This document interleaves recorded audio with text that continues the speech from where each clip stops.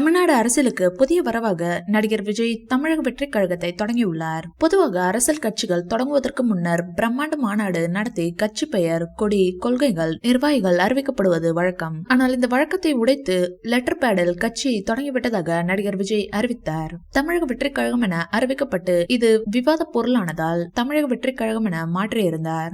மேலும் லோக்சபா தேர்தலில் எந்த ஒரு கட்சிக்கும் ஆதரவு இல்லை எனவும் நடிகர் விஜய் அறிவித்தார். 2026 சட்டசபை தேர்தல் தான் இலக்கு என்பது நடிகர் விஜயின் திட்டம். தமிழ்நாட்டில் திமுக உள்ளிட்ட கட்சிகள் 2026 சட்டசபை தேர்தலுக்கான பணிகளை தொடங்கிவிட்ட நிலையில் நடிகர் விஜயும் தமது கட்சியின் முதல் மாநாட்டை நடத்துவதற்கு தயாராகி வருகிறார். பொதுவாக தமிழ்நாட்டில் மதுரை அல்லது திருச்சியில் அரசியல் கட்சிகள் மாநாடு நடத்துவது வழக்கம். நடிகர் விஜய் தமது கட்சியின் முதல் மாநாட்டை சேலத்தில் நடத்துவது தொடர்பாக ஆலோசித்து வருகிறார். சேலம் நாழிக்கல்பட்டியில் தமிழக வெற்றி கழகத்தின் பொதுச் செயலாளர் புசி ஆனந்த் இது தொடர்பான ஆய்வுகளை நடத்தியிருந்தார். இது தொடர்பாக தாவேக நிறுவனங்களிடம் நாம் பேசிய போது சேலம் மாநாடு என்பது கட்சியினருக்கு நம்பிக்கை தரக்கூடியதாக இருக்க வேண்டும் என நடிகர் விஜய் நினைக்கிறார். 2014 ஆண்டு லோக்சபா தேர்தல் பிரச்சாரத்தை ஜெயலலிதா சேலத்தில் தான் தொடங்கினார். அந்த தேர்தலில் 37 தொகுதிகளில் அதிமுக வென்றது. தேமுதிக தலைவர் விஜயகாந்த் சேலத்தில் மாநாடு நடத்திய பின்னர் தான் எதிர்கட்சி தலைவரானார். திமுகவின் கின்னஸ் சாதனை படைத்த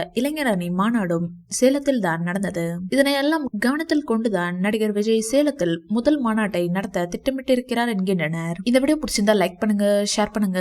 மேலும் விஜய் சார் பற்றிய தகவல்களுக்கு எங்க சேனலை சப்ஸ்கிரைப் பண்ணுங்க.